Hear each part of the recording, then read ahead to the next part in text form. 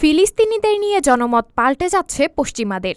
গত ৬ মাসে ইসরায়েলি হামলার যে বর্বরতা ও নিষ্ঠুরতা দৃশ্যমান রয়েছে, তাতে ফিলিস্তিনি জনগণের দুর্ভোগের বিষয়ে উদাসীনতা ও দীর্ঘদিন ধরেই নীরব ছিল পশ্চিমা বিশ্বের অনেকেই।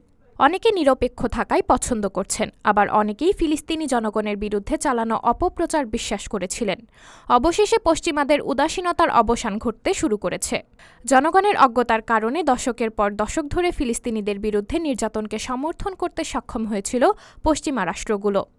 সেখানে কি ঘটেছে সে বিষয়ে লোকজন মনোযোগ না দেওয়ায় এবং মিথ্যার ফাঁদে পা দেওয়ায় দায়িত্বজ্ঞানহীনভাবে শাসকরা এসব বর্বরতায় সমর্থন দিতে পেরেছে। এখন সে সময় শেষ হয়ে গেছে। মানবতা সব স্থানেই সবভাবেই অপরিহার্য। অধিকাংশ মানুষই মনে প্রাণে শান্তি ও ন্যায় বিচারে বিশ্বাসী। তারা জানে নিরপরাধ মানুষকে হত্যা করা অন্যায়। এখন বিশ্ব গাজার দিকে মনোযোগ দিচ্ছে। সবাই দেখতে পাচ্ছে ফিলিস্তিনিরা কি নিষ্ঠুর ভয়ঙ্কর বাস্তবতা সহ্য করছে। এটা আরও দীর্ঘায়িত হোক তারা আর চায় না। ইসরায়েলের সবচেয়ে বড় সমর্থক মার্কিন যুক্তরাষ্ট্রে গাজায় বেসামরিক মৃত্যুর সংখ্যা বৃদ্ধির ন্যায্যতা প্রমাণ করার চেষ্টা করেছে হোয়াইট হাউস প্রশাসন। তবে জনগণ তাতে সমর্থন দিচ্ছে না।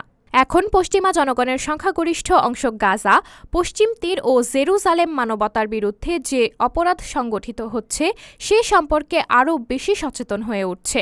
এমনকি যারা একসময় গাজায় বিপুল সংখ্যক বেসামরিক নাগরিকের মৃত্যুকে ন্যায়সঙ্গত বলে মনে করেছেন, তারাও এখন মনে করছে যা ঘটেছে তাকে কোনো কিছু দিয়েই ন্যায্যতা দেওয়া যেতে পারে না।